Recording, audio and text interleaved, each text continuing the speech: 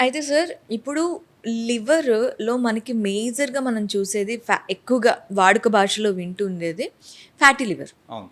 So, ఈ fatty liver అసలు ఎందుకు కాజ్ అవుతుంది? Yeah! So, anything excess is not good మనకు తెలుసది. అవును. ఓకే.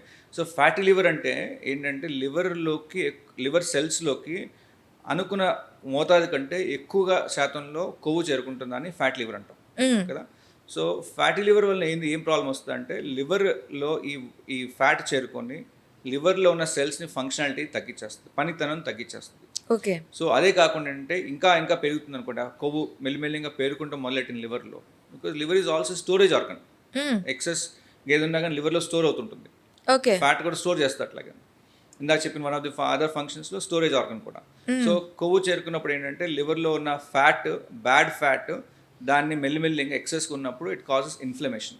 ఓకే. ఇన్‌ఫ్లమేషన్ అంటే వాపు చేస్తదనమాట.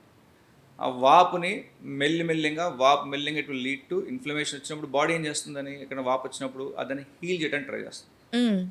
ఆ హీలింగ్ ప్రాసెస్ నడుస్తున్నప్పుడు ఏంటంటే వాపు నడుస్తుంది, హీలింగ్ నడుస్తుంది. వాపు నడుస్తుంది, హీలింగ్ నడుస్తుంది. ఇమాజిన్ ఈ ప్రాసెస్ మనకి ప్రతిరోజు, ప్రతి నిమిషము, ప్రతి second over the number of years అలా హ్మ్. నడుస్తున్నప్పుడు ఏమవుతుంది? Ultimately will start forming scars. Okay. Inflammation will lead to scarring.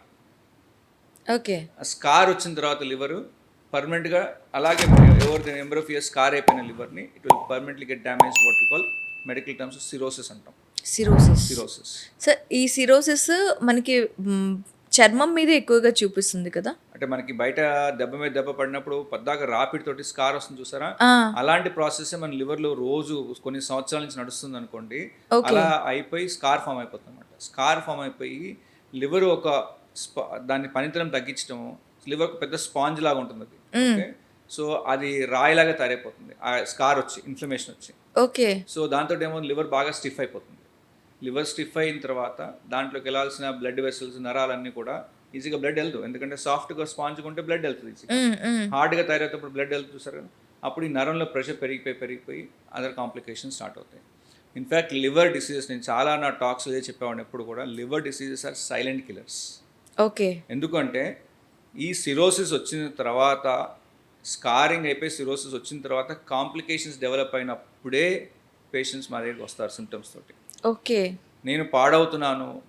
నాకు దెబ్బ తగులుతుంది. నేను పాడవుతున్నాను. నేను డ్యామేజ్ అవుతున్నాను. పర్మనెంట్‌గా డ్యామేజ్ అవుతున్నాను అనే ఏ మాత్రం సింప్టమ్స్ అనేది లివర్ ఇవ్వదు.